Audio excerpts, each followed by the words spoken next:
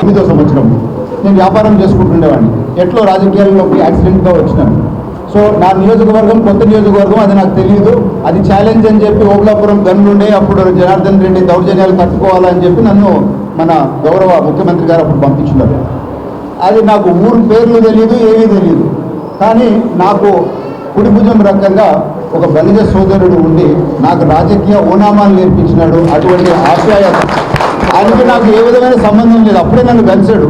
నీలో నిజాయితీ చూస్తున్నాను బ్రదర్, నీకు నేను హెల్ప్ చేస్తానని చెప్పి ఇంతకుముందు నేను ఎమ్మెల్యే దగ్గర ఉండేడంట. ఆయన నాకు గైడెన్స్ ఇచ్చినాడు. నా దగ్గర నుంచి ఏమీ ఆశించలేదు, ఒక్క రూపాయి కూడా తీసుకోలేదు. సో అందుకనే ఆప్యాయతకి మారిపోయారు అని చెప్పి నేను నా పర్సనల్ ఎక్స్పీరియన్స్ తెలుసుకున్నాను. ఇప్పుడే సోదరులు చెప్పినారు, ఎన్టీఆర్ గారు వారి సీట్ ఇచ్చిన తర్వాత కూడా అది మళ్ళీ ఇచ్చింది బలిజ కులంకే అని చెప్పి. నేను ఈ గత కొన్ని సంవత్సరాలు తెలుగుదేశం పార్టీ రాజకీయాలు చూస్తూ ఉన్నాను. 2024 ఎలక్షన్స్ అప్పుడు అనేక మంది టికెట్ కావాలని కోరితే లేదు, ఇది మనము తిరుపతి సీటు బలిజలకే ఇవ్వాలా, ఆ గౌరవము ఈ కులానికే ఇవ్వాలా అని చెప్పి చెప్పడం జరిగింది.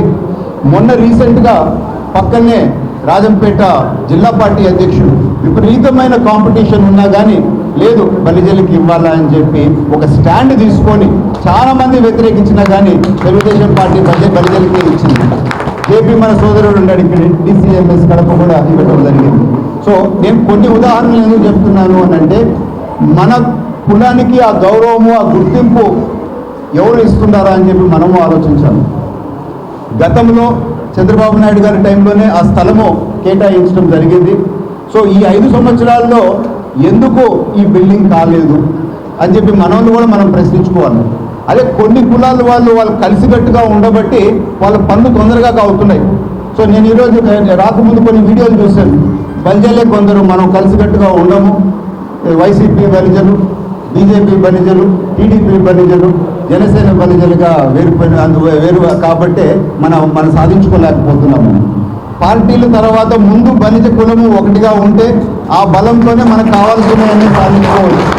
సో ఆ కులానికి ఇచ్చే గౌరవము ఖచ్చితంగా చంద్రబాబు నాయుడు గారు తెలుగుదేశం పార్టీ ఇస్తుంది కనుక మీ ఐకమత్యంతో ఉంటేనే మనం సాధించుకోగలుగుతాము అని చెప్పి ఈ ఇష్యూ ఇప్పుడు నా దృష్టికి తేగానే మీకు ఇచ్చే గౌరవము, మీకు ఇచ్చే రెస్పెక్ట్ ఇంతవరకు కాలేదని నాకు ఆశ్చర్యంగా ఉంది. ఎందుకంటే ఇది మీ హక్కులాగా నాకు అనిపిస్తూ ఉంది. ఇంత రిప్రజెంటేషన్ ఉంది, ఇంత రాజకీయ చైతన్యం ఉన్నప్పుడు ఇన్ని రోజులు కూడా డిలే కాకూడదు.